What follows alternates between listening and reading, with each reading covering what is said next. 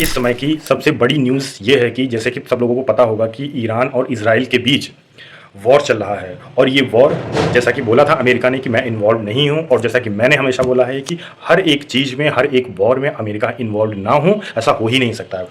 और ख़ास करके जिस टाइम पे जब अमेरिका के प्रेसिडेंट डोनाल्ड जे ट्रंप जैसे हो प्रेसिडेंट अगर हों, तो लेटेस्ट न्यूज़ ये आ रही है अभी इस वक्त की, बहुत ही खतरनाक या बहुत ही अलग टाइप की, ये है कि अभी रिसेंटली कल तुमने देखा होगा कि लगातार तीन पोस्ट ट्विटर पे, एक्स पे किए गए डोनाल्ड जे ट्रंप के द्वारा। उन्होंने बिल्कुल बाकायदा, मतलब एक तरीके से ईरान को धमकी दी है।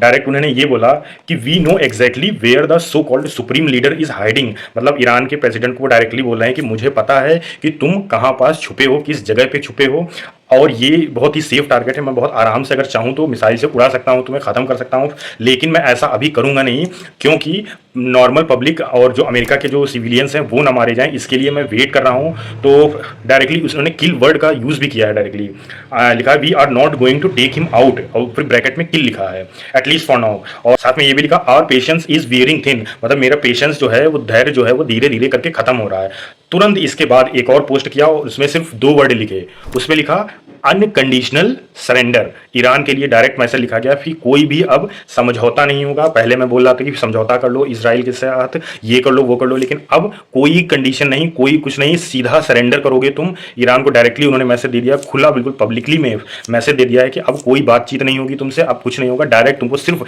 सरेंडर करना पड़ेगा, किसी भी बिना कंडीशन के।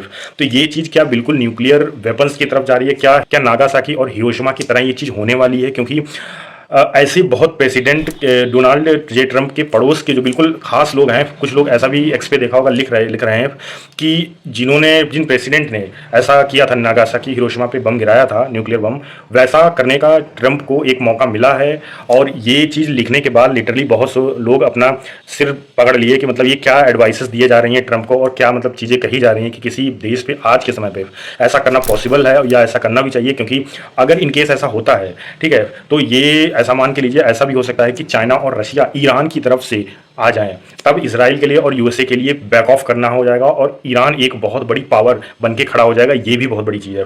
और ईरान, ऐसा नहीं है कि सिर्फ ईरान की तरफ, इसराइल की तरफ से, ईरान की तरफ से बॉम्बिंग जो की जा रही है, उसकी बाकायदा पोस्ट डाली जा रही है, सब आप देख रहे होगे स्क्रीन पर मैं दिखा रहा हूँ। तो ये चीज़ बहुत ही बुरी तरीके से जा रही है। अब देखना है कि आज वाले दिन में क्या होता है, क्योंकि कोई ना कोई पोस्ट जो डोनाल्ड जे ट्रंप का आ ही जाएगा, अभी देख लेना, और आगे क्या होता है देखना होगा, क्योंकि बहुत ही इंपॉर्टेंट चीज़ें इस समय चल रही हैं वर्ल्ड में। इस पर फुल फ्लैश वीडियो मैं बहुत जल्द लाऊंगा, उसको भी आप लोग देखिएगा।